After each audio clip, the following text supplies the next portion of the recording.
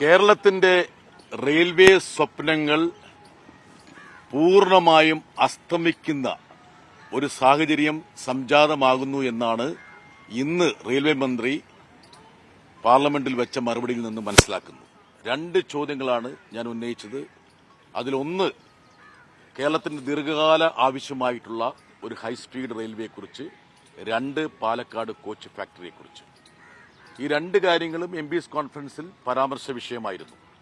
അതിലേറ്റവും ശ്രദ്ധേയമായ കാര്യം, സംസ്ഥാന സർക്കാരിന്റെ പിടിപ്പുകേട് കൊണ്ട് ഇനി കേരളത്തിൽ ഒരു വേഗ തീവണ്ടിപ്പാത വേണ്ടതില്ല എന്ന് തങ്ങൾ തീരുമാനിച്ചു എന്ന് പരോക്ഷമായി മന്ത്രി പറഞ്ഞിരിക്കുകയാണ്.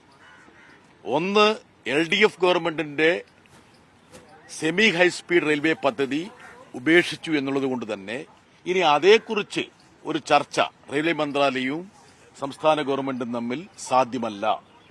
രണ്ട്, ശ്രീധരന്റെ ഹൈസ്പീഡ് റെയിൽവേ പദ്ധതിയും സംസ്ഥാന ഗവൺമെന്റ് തള്ളിക്കളഞ്ഞ സ്ഥിതിക്ക് ഇനി അതിനെക്കുറിച്ച് പ്രത്യേകിച്ച് ഒരു സാധ്യതയും ഉണ്ടാകുന്നില്ല എന്നും റെയിൽവേ മന്ത്രാലയം പറഞ്ഞിരിക്കുകയാണ്.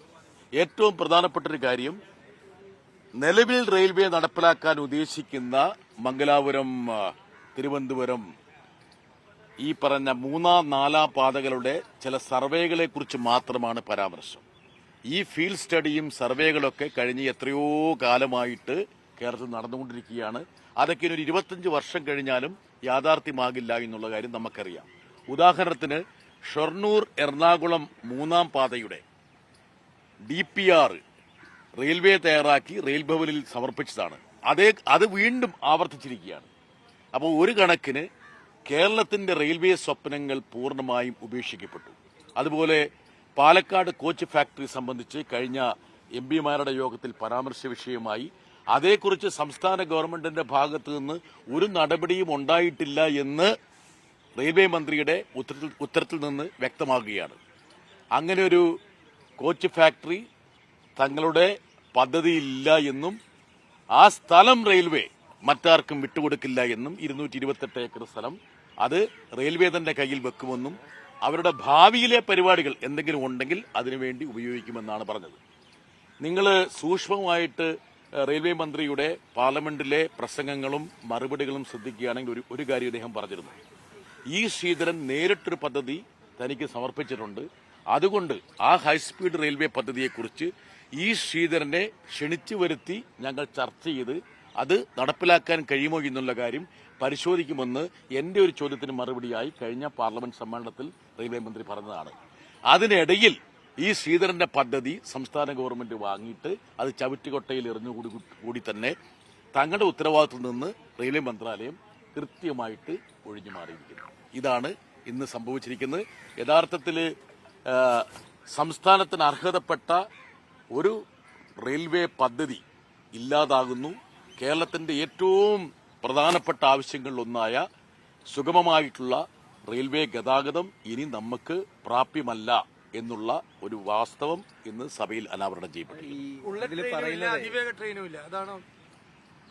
വളരെ കൃത്യമായ ചോദ്യമായിരുന്നു. എന്തെങ്കിലും പദ്ധതി കേരളത്തിന്റെ അതിവേഗ റെയിൽവേ ആഗ്രഹങ്ങൾക്ക് മേൽ ഉണ്ടോ എന്നുള്ളതാണ്.